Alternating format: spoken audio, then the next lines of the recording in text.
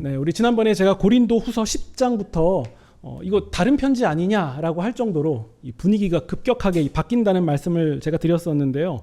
우리 8장, 9장쯤 이렇게 보면 이 바울이 고린도 교인들에게 헌금, 그러니까 구제 헌금 이야기를 하면서 칭찬하기도 하고 더 잘하자고 독려하기도 하는 부분이 있었거든요. 근데 10장에서 갑자기 말투가 바뀝니다. 왜냐하면 이 바울 사도가 이 고린도 교회 내에 있는 이 거짓 사도들에 맞서서 이 본격적으로 자기를 이제 변호하기도 하면서 어떤 그 엄중한 이 경고의 메시지를 던졌기 때문이에요. 우리가 읽은 이 11장은 10장보다 더 강한 어조로 이제 내용이 등장하는데요. 이 바울의 냉소적인 표현을 좀 발견할 수 있습니다. 우리 13절 보시면 그런 사람들은 거짓 사도요 속이는 일꾼이니 자기를 그리스도의 사도로 가장하는 자들이니라. 네, 굉장히 강한 표현이죠. 네, 그러니까 고린도 후서에서 거짓 사도라는 이 말이 본격적으로 이제 처음 등장하는데요. 이 거짓 사도들이 구체적으로 어떤 사람들인지, 출신이 어디인지, 이름이 뭔지, 정확한 신상은 어떤지, 이런 건 잘 모르겠지만 확실한 것 하나는 무엇이냐면 우리 4절 보시면 만일 누가 가서 우리가 그러니까 바울 일행이 전파하지 않은 다른 예수를 전파하거나 혹은 너희가 받지 않은 다른 영을 받게 하거나 혹은 너희가 받지 않은 다른 복음을 받게 할 때에는 너희가 잘 용납하는구나. 네, 이게 좋은 말이 아니라는 게 느껴지시죠? 네, 지금 거짓 사도들이라고 불리는 그 사람들은 일단 바울 사도가 전파한 예수님과 다른 예수님을 전파했고 또 성령 하나님이 아닌 다른 영을 전했고 또 복음마저도 바울이 전한 복음과 다른 복음을 전했습니다. 바울은 이 행태에 대해서 3절 보시면 거짓 사도들이 한 일에 대해서 이 뱀이 하와를 미혹한 것과 같다라고 말합니다. 그러니까 이 아주 큰 잘못인 거잖아요. 이 원죄를 끄집어내서 얘기할 정도니까 지금 거짓 사도들이 하고 있는 행태가 굉장히 심각하다는 것을 얘기하고 있어요. 그리고 거짓 사도들뿐만 아니라 고린도 교인들도 문제였던 게 우리 4절 뒷부분 보시면 바울이 이렇게 말하죠. 다른 예수, 다른 영, 다른 복음을 너희가 잘도 용납하는구나 하고 이제 냉소적으로 말하고 있는 거예요. 이 고린도 교회 분위기가 달랐습니다. 이 거짓 사도들을 이 대단하고 특출난 사람으로 지금 여기는 상황이었거든요. 그러니까 바울이 지금 비난하는 것과 실제 상황이 많이 달랐어요. 거짓 사도들을 보면서 대단한 분이지. 저분들 설교 들어봤어? 가르치는 내용 들어봤어? 하면서 대단한 사도로 여기니까 바울이 지금 그 상황을 비꼬면서 표현하는 거예요. 특히 5절 보시면 지극히 크다는 사도들. 이 칭찬이 아니라 지금 어떤 뉘앙스인지 아시겠죠? 그러니까 바꾸면 이런 거죠. 그 대단하시다는 사도들 이런 느낌의 표현을 지금 바울 사도가 하고 있는 거예요. 근데 그 대단하시다는 그 사도들이 전한 것은 무엇이냐면 다른 예수, 다른 영, 다른 복음이었습니다. 그러면 그 다른 것들을 전하는 이유가 무엇이겠습니까? 만약 무지해서 그렇게 전했다면 그거는 되게 안타까운 거고 알면서도 다른 것을 전했다고 한다면 우리는 왜 거짓말을 하는지 알지 않습니까? 자기 자신을 위해서 하죠. 남이 어떻게 되든 상황이 어떻든 이런 건 전혀 상관없고 일단 내가 당장 내 눈에 보이는 이득을 취하기 위해서 거짓말을 서슴없이 합니다. 네. 그리고 문제는 이런 상황 가운데서 고린도 교인들마저도 그런 사도들이 지극히 큰 사도다라고 생각하고 있는 건데요. 왜 그렇게 되냐면 그들의 어떤 외적으로 보이는 권위라던가 혹은 능력 같은 것에 압도되어서 그들이 말한 것을 사실이라고 받아들인 거예요. 그래서 바울이 자신의 사도권을 변호하는 거예요. 너희들이 보는 저 대단해 보이는 저 사도들이 그렇게 그 권위가 있어 보이냐? 그럼 나는 내가 권위가 없는 것 같냐? 라고 하면서 바울도 자신의 사도의 권위를 지금 변호하는 거죠. 그러면서 그들이 권위가 있다면 나도 있다. 내가 자기 권위 내세우고 자기 자랑하는 사람 방식처럼 나도 똑같이 한번 얘기해 볼까? 라고 하면서 바울이 우리 1절 한번 보시겠습니까? 이렇게 말하는 거예요. 원하건대 너희는 나의 좀 어리석은 것을 용납하라. 이게 바울이 제가 죄송합니다 라고 하면서 이렇게 얘기하는 게 아니라 바울이 우리 10장에서 자랑하려거든 누구를 자랑하라 그랬죠? 주님을 자랑하라 하지 않았습니까? 그러면서 11장으로 넘어올 때 바울이 너희들이 그 거짓 사도들의 어떤 그 외적 권위, 외적인 화려함 혹은 대단한 수사법 이런 것에 현혹되어 있는데 이번에 그럼 저도 한번 좀 어리석은 얘기 좀 해봅시다. 제가 어리석은 얘기할 테니까 한번 용납 좀 해주십시오 라고 하면서 바울이 거짓 사도들이 하는 표현을 지금 똑같이 따라하는 거예요. 나도 인간적인 자랑 한번 해볼까요? 라고 하면서 말하는 거죠. 우리 16절 보시면 내가 조금 자랑할 수 있도록 어리석은 자로 받으라. 이 말은 바울이 아이고 제가 뭘 알겠습니까? 저 어리석습니다. 이 겸손이 아니라 그 어리석은 자처럼 나도 어리석게 한번 해볼 테니까 한번 받아보시오. 너희들이 고린도 교인들이 그 어리석은 말 잘도 받아들였는데 나도 어리석게 한번 해봅시다. 여러분들 받아들인 한번 봅시다. 지금 이렇게 얘기하는 거예요. 그러니까 지금 뉘앙스가 굉장히 거친 상황인 거죠. 네, 그래서 바울이 거짓 사도들의 그 진흙탕 싸움에 자기를 밀어 넣으면서 같이 싸우는 거죠. 5절 보시면 나는 지극히 크다는 사도들보다 부족한 것이 조금도 없는 줄로 생각하노라. 네, 어떤 맥락인지 아시겠죠? 내가 부족한 것 같습니까? 아닙니다. 라고 하면서 6절 내가 비록 말에는 부족하나 지식에는 그렇지 않다라고 표현하는데 이 6절을 잘못 이해하면 이 바울이 설교를 잘 못한다 뭐 이렇게 생각하시기 쉬운데요. 제가 지난번에도 말씀드렸듯이 그런 표현이 아니라 당시에는 어떤 그 돈을 벌기 위해서 떠돌이 철학자들이 이렇게 어떤 화려한 수사법을 사용하면서 사람들에게 돈을 받고 뭐 이런 것들이 유행하기도 했는데 아마도 이건 뭐 추정컨대 그런 거짓 사도들이 그런 유행이나 기류에 영향을 받아서 대단한 수사법을 좀 사용했던 것처럼 보여지고 그래서 그런 말솜씨라던가 외적인 권위라던가 혹은 자기 과시 이런 것들을 추구한 것에 반해서 바울은 그렇게 하지 않았다는 거예요. 나는 화려한 수사법이라던가 사람을 들었다 놨다 하는 그런 잔기술을 쓰지 않았다. 내가 그런 면에서는 부족하다라는 얘기를 하면서 동시에 그런데 내가 여러분에게 예수 그리스도를 전하는 지식에 부족함이 있냐? 라는 말씀을 했던 거예요. 고린도전서 2장을 보시면 여러분 기억나실 텐데 2장 1절에 형제들아 내가 너희에게 나아가 하나님의 증거를 전할 때 말과 지혜의 아름다운 것으로 하지 않았다 라고 말씀한 적이 있잖아요. 그리고 2장 2절을 보시면 내가 너희 중에서 예수 그리스도와 그의 십자가에 못 박히신 것 외에는 아무것도 알지 아니하기로 작정하였다 라고 말합니다.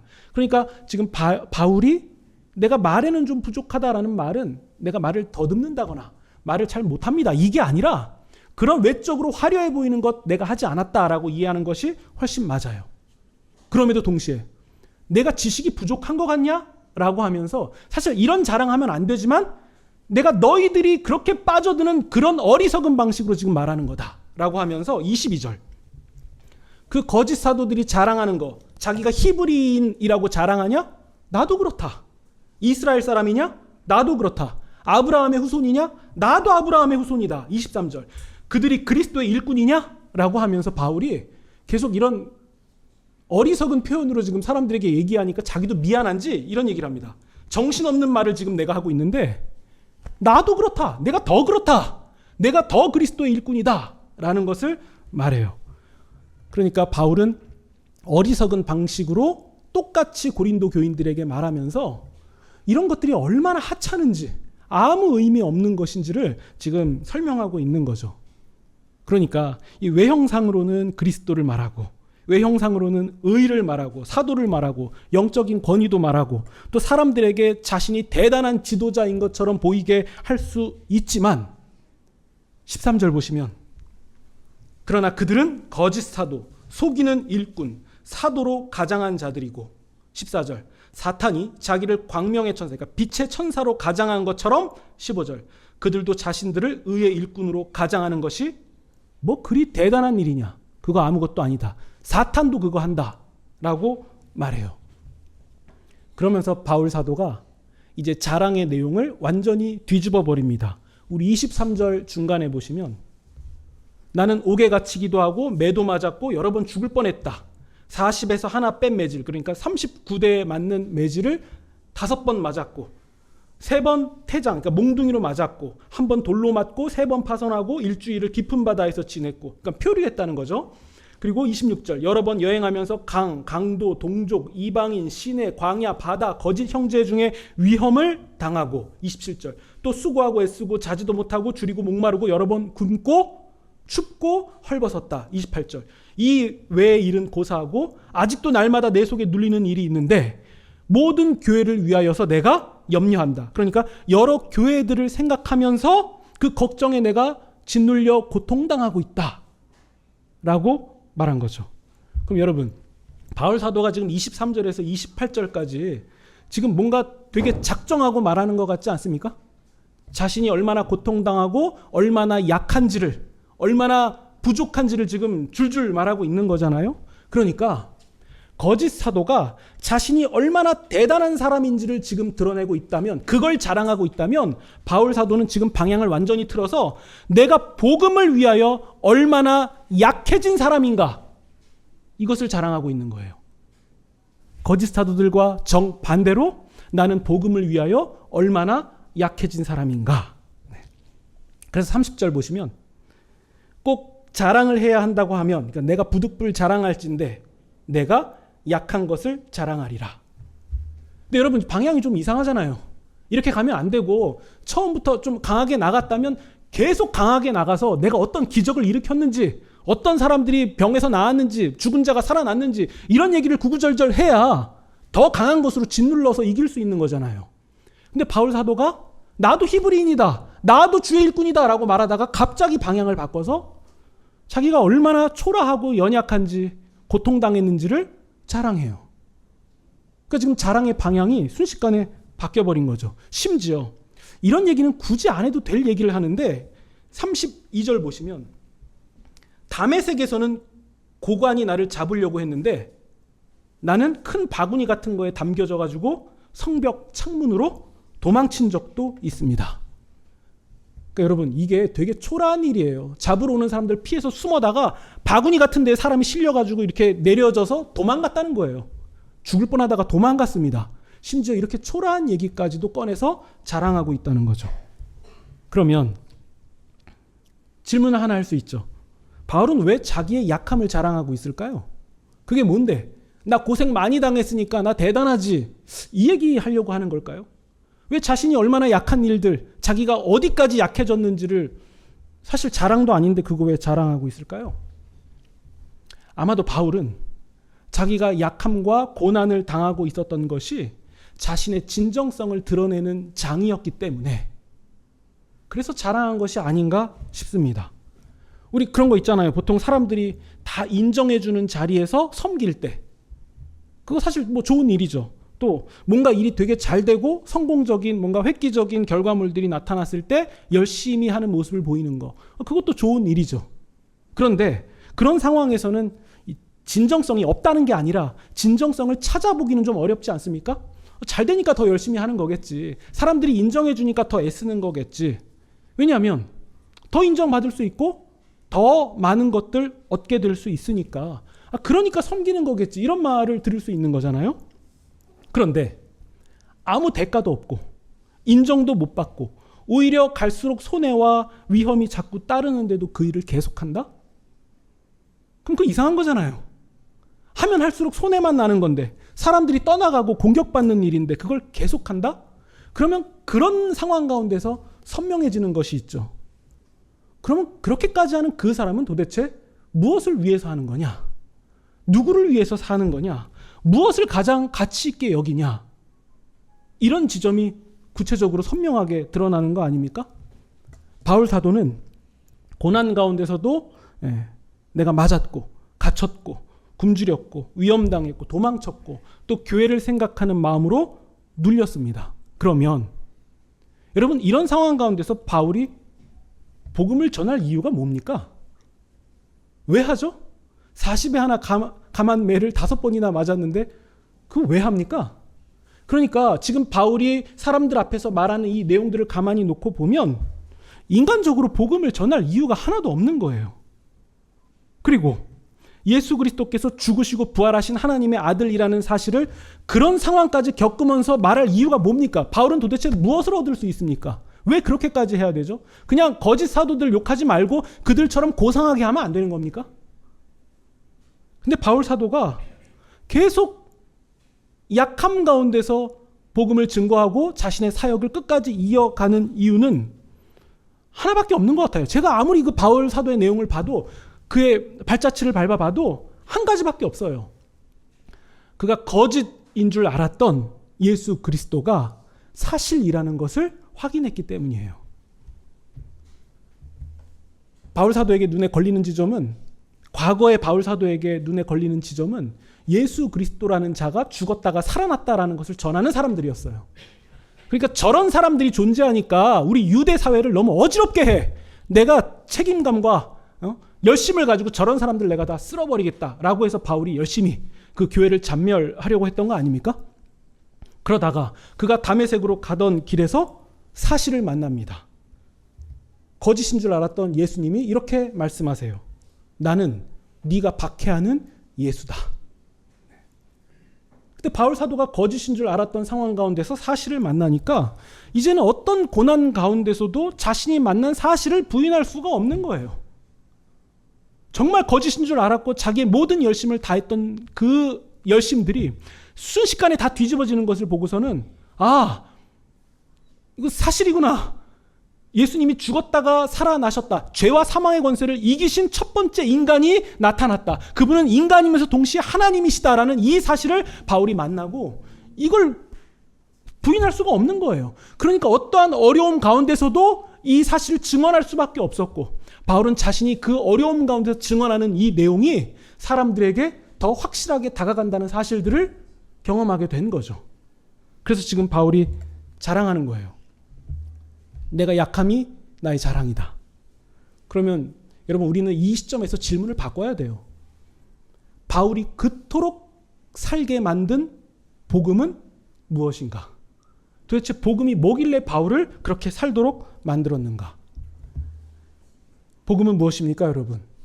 우리가 요한복음에서 더 구체적으로 확인했듯이 예수 그리스도께서 하나님의 아들이심을 믿고 그분이 그리스도이심을 믿고 그분을 힘입어서 생명에 이르게 되는 거예요. 그러니까 복음은 영원한 생명을 말합니다. 그냥 이 세상에 왔다가 살다가 죽고 끝나는 것을 말하는 게 아니라 영원한 생명을 말하는 거예요. 그러니까 예수 그리스도 안에 영원한 생명이 있다. 죄와 사망이 끝났다는 것을 확인하니까 이 세상에서는 죽는 것이 그렇게 문제가 안 되는 거예요. 영생하고 바꿀 만한 개념이 이 세상에 없다는 것을 확인한 거예요. 그래서 그가 어떠한 어려움을 겪는다 하더라도 그가 그것을 이겨낼 수 있는, 지나갈 수 있는 이유는 무엇이냐면 영생하고는 못 바꾸는 개념이기 때문에 그렇죠. 바울은 영생을, 복음 안에서 영생을, 예수님 안에서 영생을 발견했던 거죠. 그래서 그는 빌립보서 1장에서 이런 표현을 합니다. 나에게 간절한 기대와 소망이 있습니다. 늘 그러하듯이 온전히 내가 담대하여 살든지 죽든지 내 몸에서 그리스도가 존귀하게 되는 것입니다. 이는 내게 사는 것이 그리스도니 죽는 것도 유익합니다.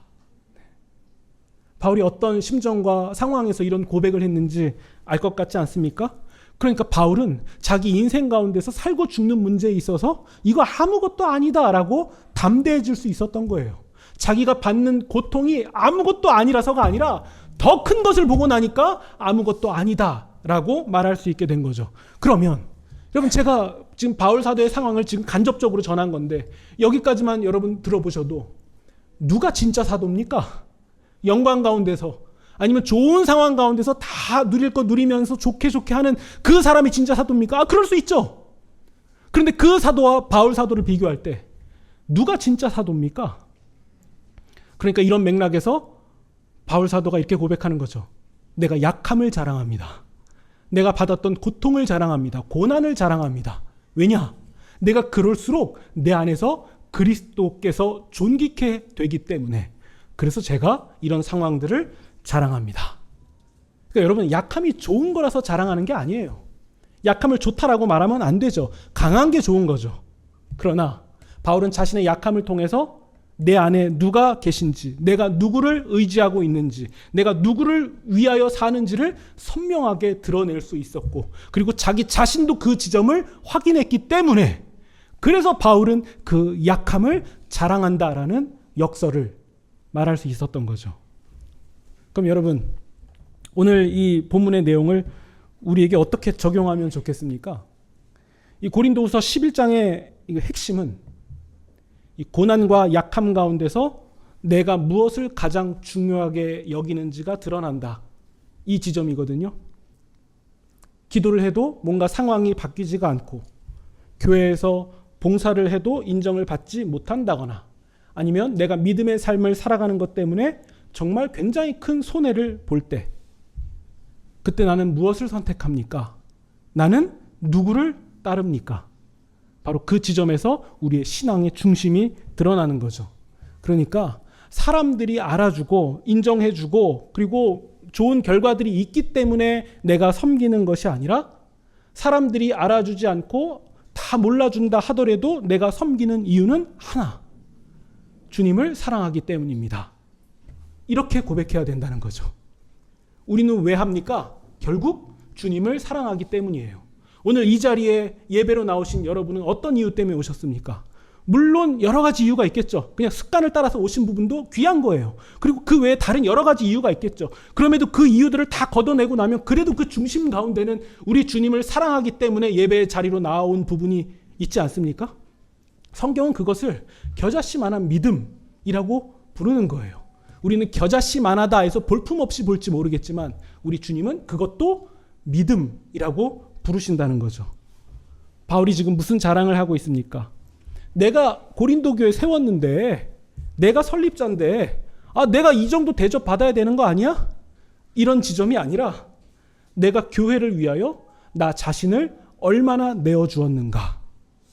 바로 이 지점을 바울이 자랑하고 있었습니다. 여러분, 우리는 무엇을 자랑하고 있습니까? 우리의 자랑은 무엇이고 내가 자랑하고 싶은 것들은 무엇입니까? 내 인생에서 내가 자랑의 영역에 두고 싶은 것들은 무엇입니까? 우리 주님과 얼마나 관련 있는 것들입니까? 우리가 이 지점 점검해 봐야 되지 않겠습니까? 우리도 마찬가지입니다. 우리는 교회에서 무엇을 받기를 원합니까? 나는 교회를 위하여 무엇을 내어줄 수 있는가? 이렇게 질문이 바뀌어야 되는 거예요. 나는 교회를 위하여 무엇을 내어줄 수 있는가? 왜죠? 희생해야 좋은 거니까요? 아니죠. 우리는 이유를 분명하게 말할 수 있죠. 주님을 사랑하기 때문에 내가 할 수 있는 뭐라도 우리는 해보고 싶은 거예요. 그 지점 때문에 우리는 합니다 라고 말할 수 있죠. 저는 차를 타고 이렇게 가끔 가다가 아내랑 이런 얘기를 한 적이 있어요. 차 타고 가다 보면은 이 교회들이 굉장히 많지 않습니까? 오늘도 이렇게 예배당에 이렇게 운전해서 오시면서 굉장히 많은 교회들을 보셨을 거예요. 근데 저는 아내랑 가끔 이런 얘기를 해요. 대한민국의 교회가 이렇게도 많은데 다들 선택해서 자기가 교회 골라 다닐 수 있는 상황이기도 한데 우리 교인들은 무슨 여기 좋은 게 있다고 부귀영화를 누리시겠다고 여기까지 오실까? 근데 아내랑 종종 저 그런 얘기 합니다. 양질의 신앙 서비스 제공하는 교회가 널리고 널렸는데 그런 곳에 가면 더 좋은 거 기대할 수 있지 않을까? 네. 근데 여러분 지금 제 말에 틀린 거 있습니까? 없을걸요? 아주 정확할걸요? 네. 근데 그런 좋은 시스템, 좋은 혹은 많은 투자 이런 것들이 사람을 바꿀 수 있을 것 같죠? 저도 오늘 이 사도 바울이 했던 표현, 고린도 후서의 표현을 저도 조금 빌려서 똑같이 한번 해보겠습니다. 여러분 저의 어리석은 것을 좀 용납해 주시기 바랍니다. 16절처럼 제가 다시 한번 말씀드리지만 누구든지 저를 어리석은 자로 여기지 않아 주셨으면 좋겠고, 만일 그러하더라도 제가 지금 조금 자랑할 수 있도록 어리석은 자로 여러분들이 받아주시기 바랍니다. 무슨 얘기 하려고 하냐면요, 여러분 저 나름 꽤 괜찮은 목사예요. 제가 준비한 설교를 찾아 들으려고 하시는 분도 좀 계시고요, 그리고 말씀의 자리에 저를 초청해 주시는 분들도 계십니다. 제가 다시 한번 말씀드리지만 제가 자랑할 수 있도록 어리석은 자로 받아주시기 바랍니다. 근데 저는 좋은 시스템에서, 좋은 신앙 양육 프로그램 속에서 좋은 환경과 좋은 어떤 요소들, 혹은 주일학교 때부터 청년부에 이르기까지 각 부서에 배치된 전문인 사역자가 있는 환경에서 양육되지 않았습니다. 여러분 다 알고 계시죠? 왜냐하면 제가 잘하는 과정을 여러분들이 다 봤으니까요. 그런데도 저는 지금 어떤 다른 사역자들보다도 더 나름 왕성한 사역을 하고 있습니다. 주님이 저를 빚으신 교회는 한사랑교회고 아시안교회고 정함교회이기 때문에 그렇게 된 거죠. 네. 그러니까 그때 여러분들은 다 저보다 어른으로 계시지 않았습니까? 거의 대다수는 어른으로 계셨는데 여러분들을 어른으로 혹은 신앙의 선배로 세워주신 이 교회를 통해서 주님께서 저를 빚어주신 거예요. 그러니까 여러분들이 자랑스러워 하셔도 저는 괜찮을 것 같아요. 물론 저의 어리석음을 용서해 주시기 바랍니다. 그렇다면 여러분, 저는 이 연약한 교회가 저에게는 자랑이에요. 그냥 예의상 여러분 우리 같이 기분 좋자고 말씀드리는 게 아니라 저는 이 약한 교회가 자랑입니다. 주님께서 저를 키워온 방식이 이 교회였어요. 근데 이게 저만의 얘기입니까? 여러분들도 이 교회에서 주님이 빚어가시지 않았습니까? 여러분들이 신앙을 지켜나아갔고 그래서 다른 환경을 보지 않고 약함 가운데서도 주님을 바라볼 수 있게 된 것은 주님께서 이 약한 교회로 부르셨기 때문 아닙니까? 그렇기 때문에 여러분들이 이 교회의 약함을 자랑할 수 있는 거죠. 우리는 이 약함을 통해서 우리 구주 예수님을 분명하게 바라볼 수 있게 된 거예요. 그래서 우리는 이 교회에서 어느 누구도 왕노릇하지 않게 된 거예요. 왜냐? 여기서 누릴 게 없잖아요. 네. 오직 우리 주님만 바라보면서 나아갈 수 있게 된 것은 주님이 우리를 이 교회로 부르셨기 때문이죠. 그렇다면 우리에게도 약함은 자랑입니다. 한 가지 말씀만 더 드리고 말씀을 마치겠습니다. 우리 29절 보시면 누가 약해지면 나도 약해지지 않겠습니까? 누가 넘어지면 나도 애타지 않겠습니까?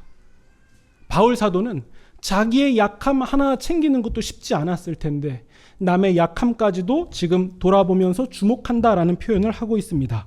그러니까 바울 사도는 약한 자들과 함께 약해지는 것 그리고 함께 애타는 것까지도 자기의 자랑이다라는 말을 하고 있는데 이것은 고린도 교인들 기분 좋으라고 하는 얘기가 아니라 31절 보시면 이건 되게 센 얘기예요. 바울은 영원히 찬송받으실 하나님이라는 표현까지 하면서 내가 하나님 앞에서 지금 거짓말하거나 아첨하는 얘기하는 거 아니다 라고 표현해요. 약한 자들과 그리고 억눌린 자들, 함께 애타는 자들과 함께하는 것이 나의 자랑이다. 여러분 우리는 이것을 매우 실제적으로 적용할 수 있습니다.